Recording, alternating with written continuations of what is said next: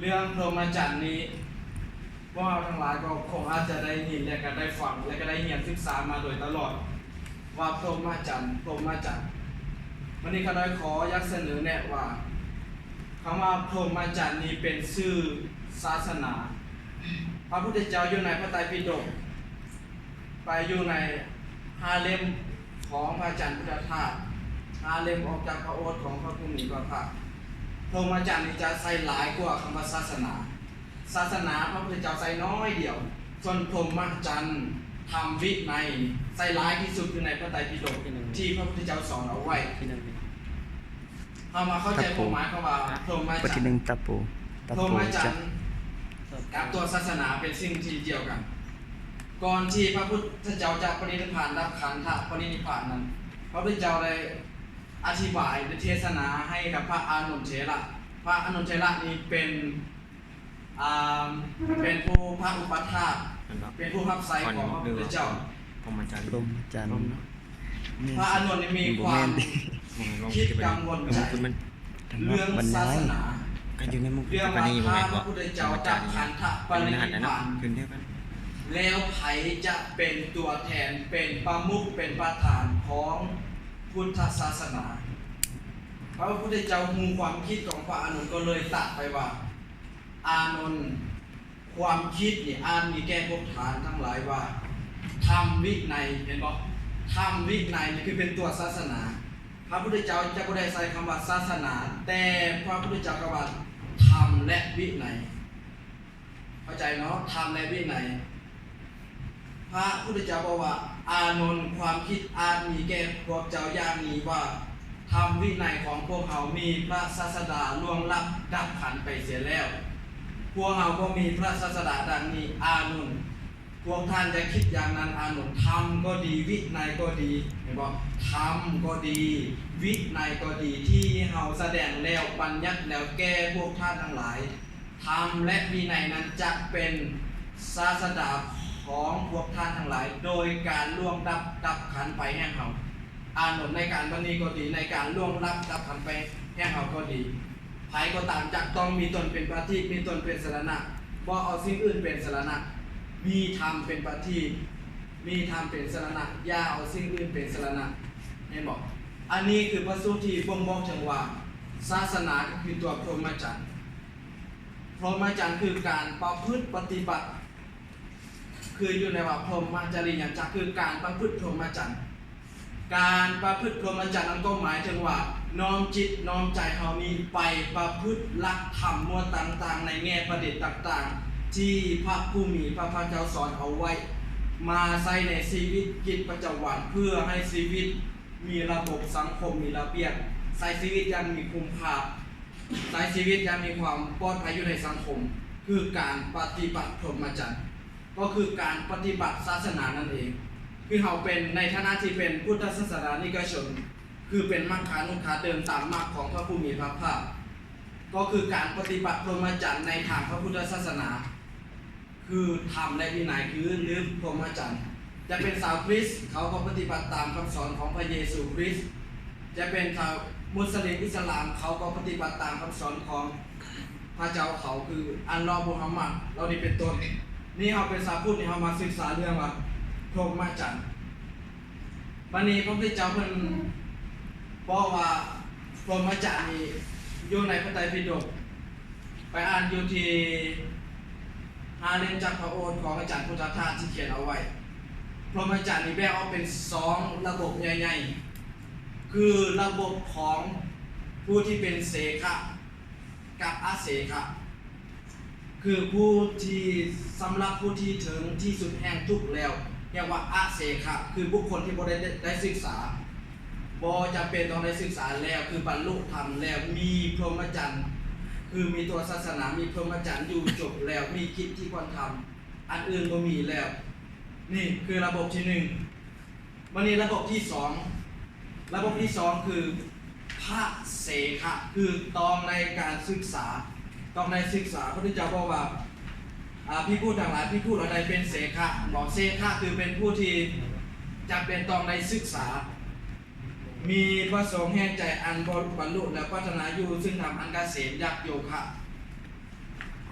บ่มีทางอื่นยิ่งกว่าสำหรับภิกขุนั้นเฮาก็ว่ามีกิจได้หลายเดือนอยู่ท่านต้องทำโดยความบ่ประมาทเพราะนั้นค่อยได้ค่อยว่าผู้มีอายุนี้จะเซฟอยู่ซึ่งเสนาสนะจะพบผู้ที่เป็นกัลยาณมิตรธรรมคือพบผู้ที่ดีมีเพื่อนที่ดีมีเพื่อนฝูงที่ดีมีสหายที่ดีนี้เป็นพรหมจรรย์นี่ประเภทหนึ่งพระพุทธเจ้าสอนเอาไว้วันนี้ท่านว่าในเฮ็ดอยู่5หัวข้อใหญ่ที่อาจารย์เพิ่นให้บอกมอบหมายให้ไปจนทั่วข้อที่3หลักพรหมจรรย์และผล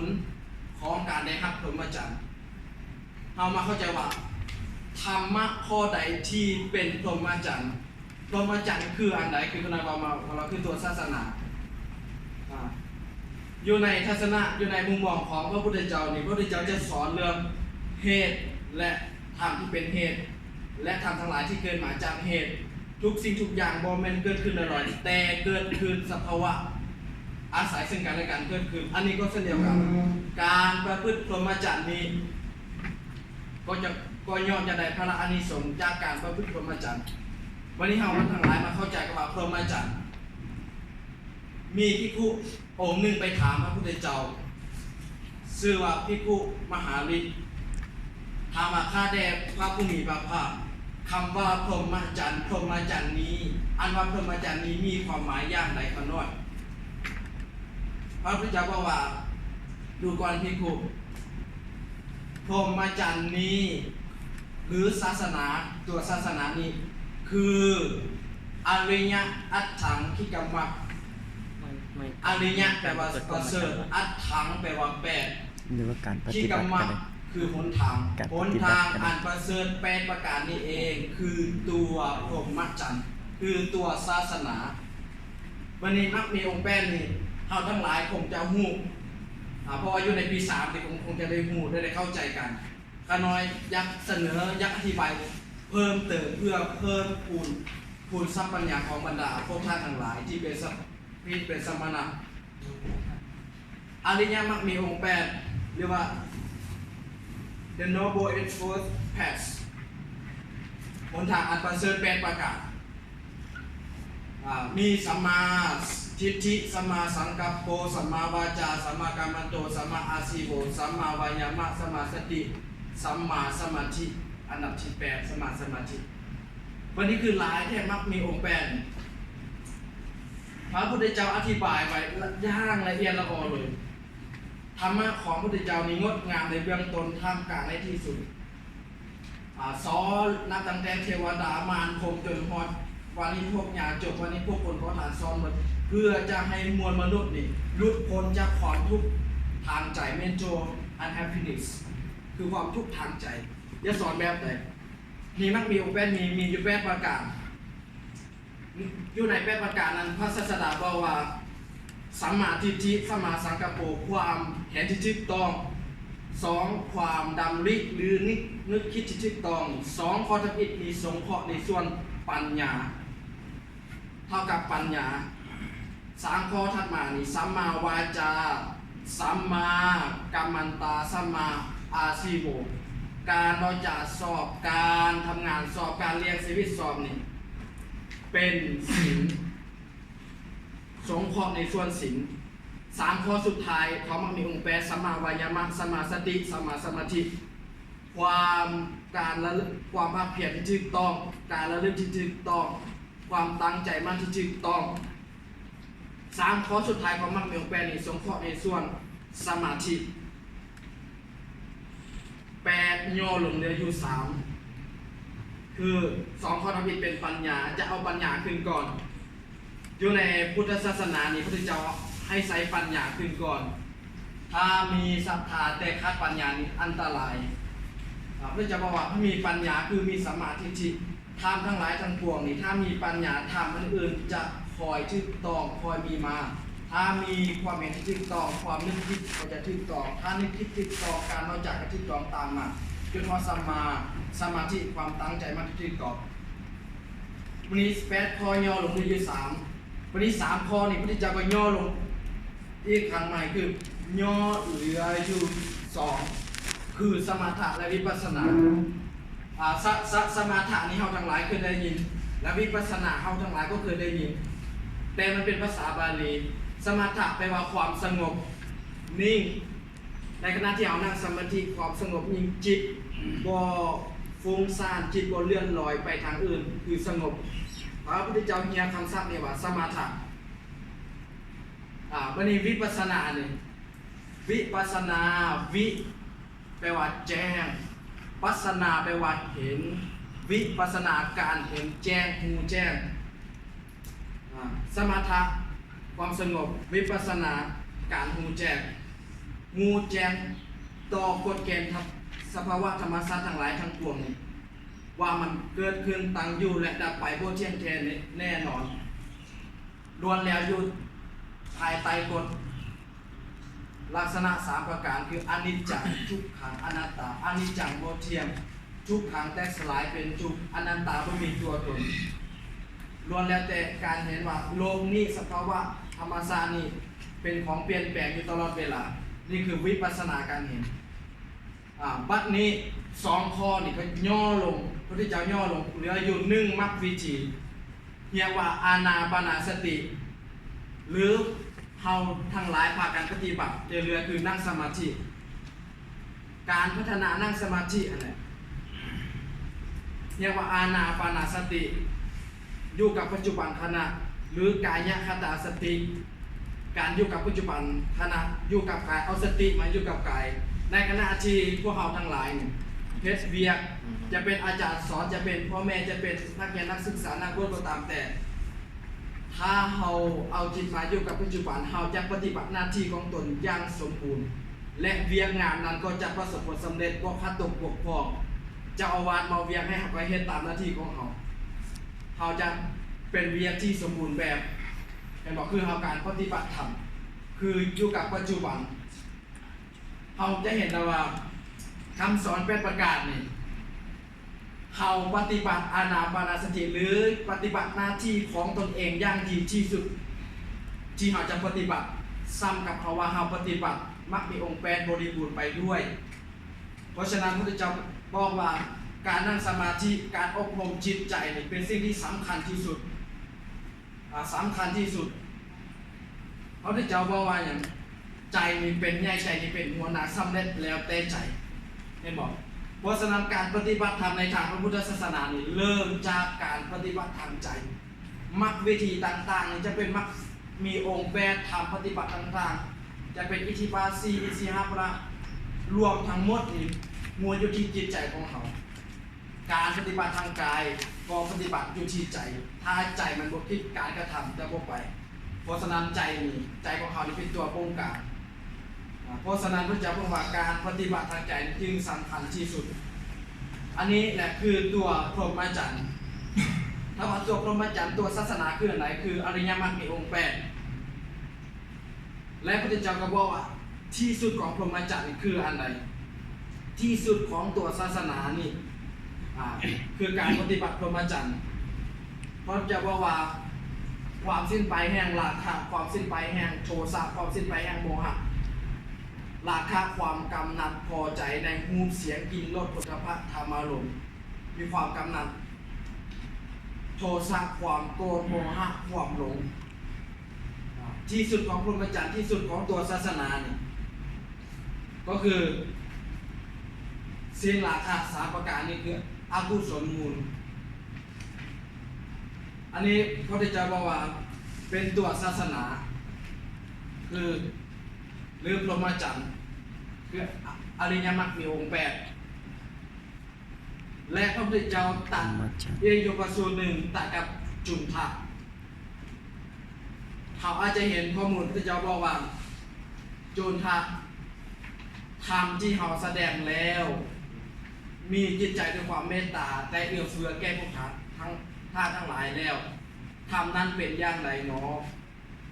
ธรรมนั้นคือสติปัฏฐาน4สมาปัฏฐาน4อินทรีย์5พละ5อิทธิบาท4อริยมรรคมีองค์8โพชฌงค์7หรือว่าอภิธรรมหรือว่าโพธิปัจจยธรรมธรรมที่เกื้อหนุนแก่อริยมรรคหรือธรรมที่เกื้อหนุนแก่การบรรลุพระนิพพานคือโพธิปัจจยธรรมอันนี้ก็เป็นตัวศาสนาเห็นบอก อริยมรรคมีองค์8นี่ก็อยู่ในโพธิปัจจยธรรมคือตัวพรหมจรรย์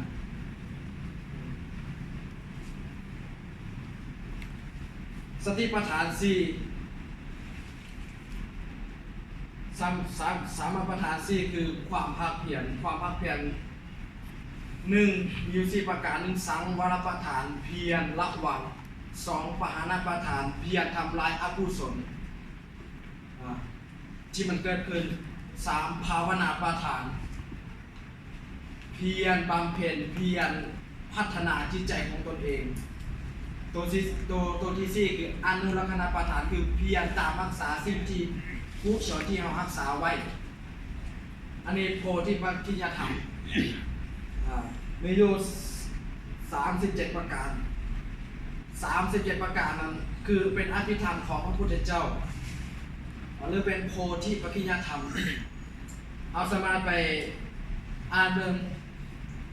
อยู่ในพระไตรปิฎก5 เล่มจากพระโอษฐ์ของท่านอาจารย์พุทธทาสภิกขุเพิ่นเขียนเอาไว้แปลจาก5 เล่มจากพระโอษฐ์วันนี้พระพุทธเจ้าจึงบอกว่าจวบพรหมจรรย์นี้จึงเป็นสิ่งที่สำคัญที่สุดสำหรับมนุษย์ที่จะปฏิบัติตนเองทางกายและวาจาให้บริสุทธิ์ผุดผ่อง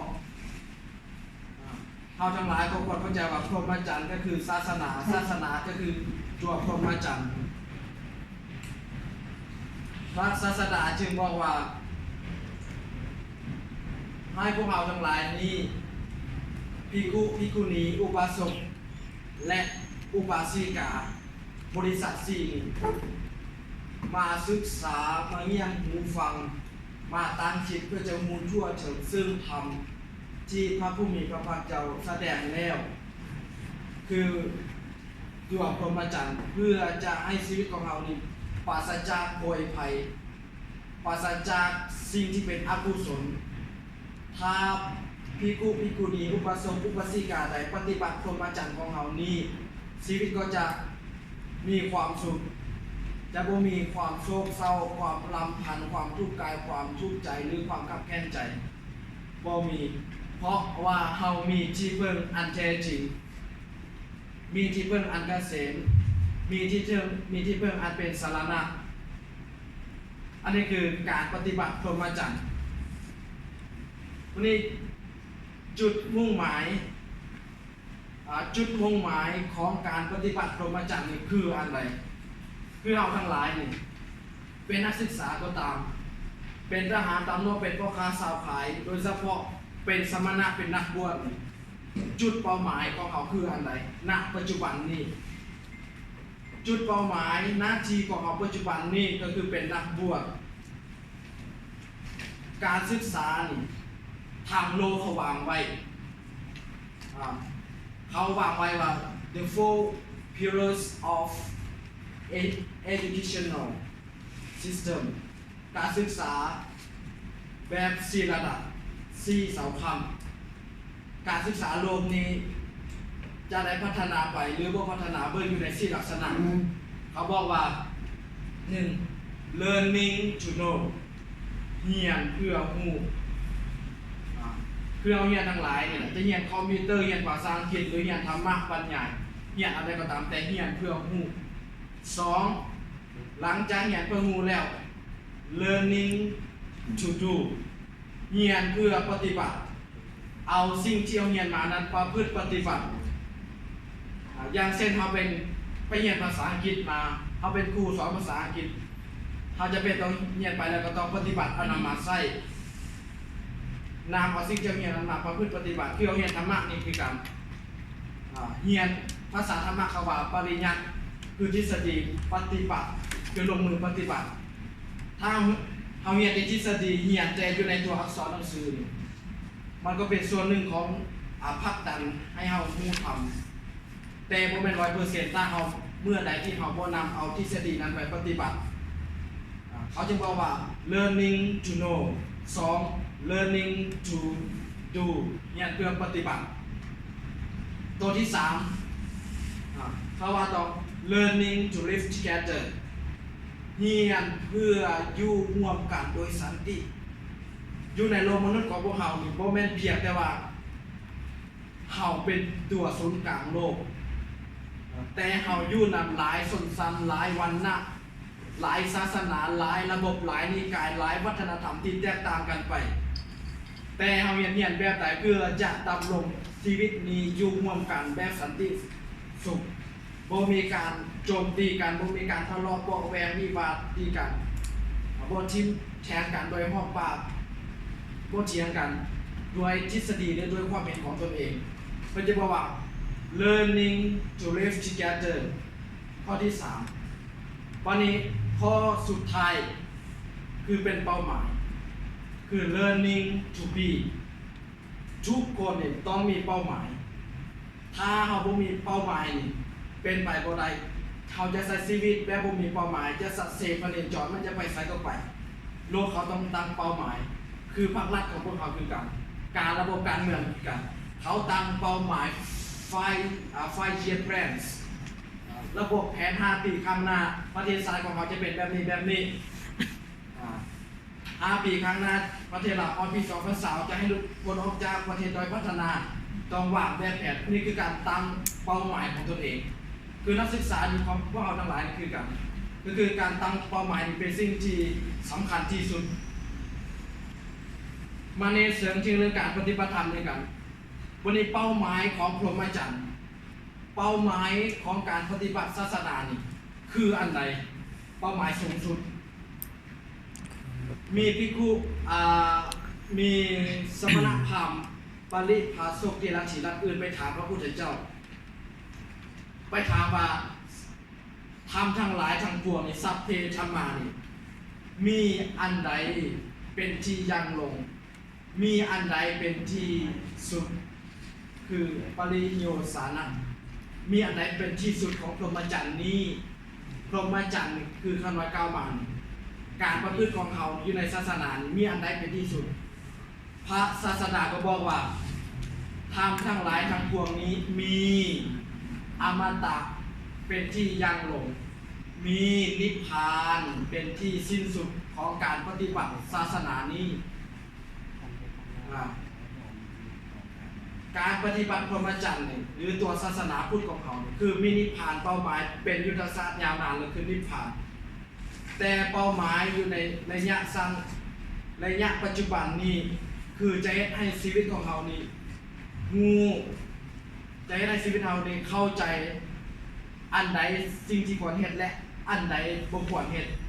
เขาจะรู้หน้าที่ของตัวเองว่าโอ้หน้าที่พ่อแม่เฮ็ดแบบไหนหน้าที่ของครูบาอาจารย์เฮ็ดแบบไหนหน้าที่ของลูกศิษย์ลูกหาหน้าที่ของสามีต่อภรรยาจะเฮ็ดแบบไหนเรานี่เป็นต้นอันนี้คือหน้าที่ระยะเฉพาะหน้าของพวกเขาจะให้ชีวิตมีความสุขแบบใดจะดำรงชีวิตอยู่ในสังคมนี้จะให้มีพวกเขาทรัพย์หลายเฮ็ดแบบใด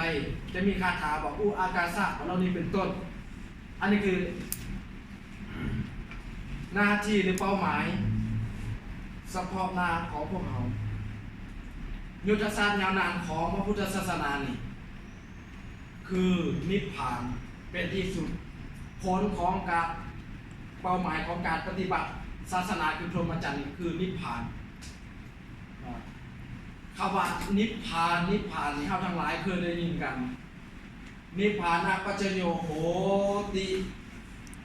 โหตุเขาทั้งหลายถวายผ่าเข้าทิพย์เพื่อนก็ทั้งหลายก็ครูบาอาจารย์พาไม่ออกหรอกแต่ว่านิพพานนั้นเป็นแบบใดเฮานี่ไปใดบ่นิพพานบางคนนี่เขาจะปฏิเสธว่านิพพานนี่คนเอาผู้ทุชนบ้านนานี่ไปบ่ได้เราไปบ่ถึงหรอกพระพุทธเจ้าตรัสกับสุปัฏฐะว่าถ้าเมื่อใดมีอริยมรรคมีองค์แปดนี่คือตามที่ขน้อยกล่าวมาเมื่อนั้นนิพพานก็มีอยู่ผู้ปฏิบัติถึงพระนิพพานก็มีอยู่คือมรรคมีองค์แปดที่ขน้อยกล่าวมาเพราะฉะนั้นเป้าหมายขน้อยว่ามาแล้วคือการศึกษาอยู่ในโลกนี้ถ้าจะประสบความสำเร็จ เป้าหมายเขาวางไว้อยู่ใน4ระบบเขานั้นขอทนคือ 1. learning to know เรียนเพื่อรู้เรียนเพื่อเข้าใจ 2. learning to do เรียนเพื่อปฏิบัติสิ่งที่เราเรียนมา 3. learning to live together เรียนเพื่อดำรงชีวิตอยู่ร่วมกันตัวสุดท้ายคือเป้าหมายของตนเองคือ learning to be เพราะฉะนั้นการอธิบายของข้าพเจ้าหรือของข้าน้อยอธิบายมา4ข้อแล้ววันนี้ข้อสุดท้ายนี่พระเจ้าบอกว่าประโยชน์ของการปฏิบัติพรหมจรรย์คือประโยชน์คือผลของการปฏิบัติพระเจ้าตรัสไปมีอยู่8ประการพระเจ้าบอกว่าเพื่อประโยชน์กำจัดซึ่งราคะเขาปฏิบัติพรหมจรรย์เพื่อ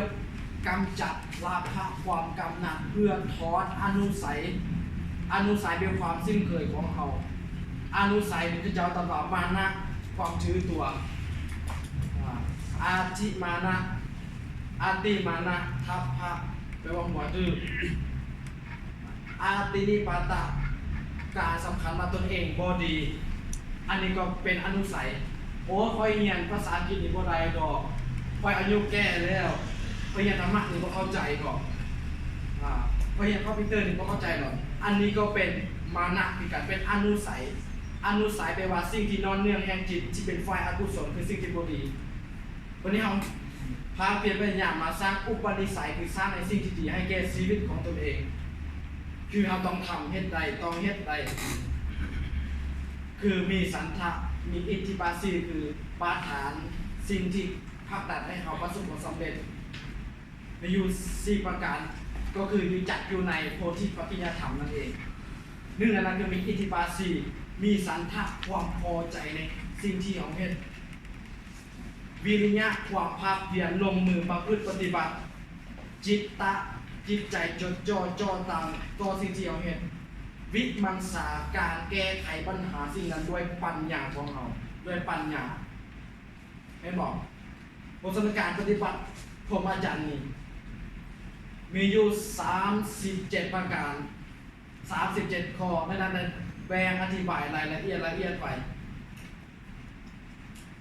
เป็นธรรมะที่จะเกื้อกูลต่อการวางนโยบายชีวิตของเรานี่พระเจ้าบอกว่าเอาวางนโยบายชีวิตของเราได้บางคนว่าเลือกเกิดบ่ได้แต่เลือกเป็นได้แต่พระพุทธเจ้าบอกว่าเขาทั้งหลายเกิดมา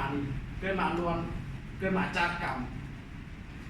ที่เกิดมาจากไสก็คือมาจากการกระทำของเขาเองกรรมุนาวัตติโลโกสัพโลกย่อมเป็นไปตามกรรมไปตามการกระทำของพวกเขาเพราะฉะนั้นเฮานี่เลือกเกิดบ่ได้นี่เป็นฐานะที่เป็นไปบ่ได้เพราะเฮาเลือกที่ไปเกิดคนงามคนบ่งามคนมีโภคทรัพย์หลายคนมีโภคทรัพย์น้อยมีคนอายุยืนมีคนอายุยาวก็ล้วนแล้วแต่การสร้างการกระทำของเราเองที่เราจะมาเกิดมาเป็นมนุษย์ที่ก็เพราะกรรมเกิดเป็นสัตว์เดรัจฉานก็เพราะกรรมเกิดเป็นเทวดามารพรหมทั้งหลายทั้งปวงก็เพราะกรรมภาษาอังกฤษคำว่า action แปลว่าการกระทำของพวกเขานี่อาจจะปฏิบัติไปทางไหนก็ตามแต่ปฏิบัติในทางสุจริตทางที่ดีหรือทุจริตทางที่บ่ดีย่อมส่งผลการกระทำนั้นแน่นอนเรื่องกรรมนี้ยุติธรรมสำหรับหมดทุกๆคนแต่เรื่องกฎหมายกติกานี้ยัง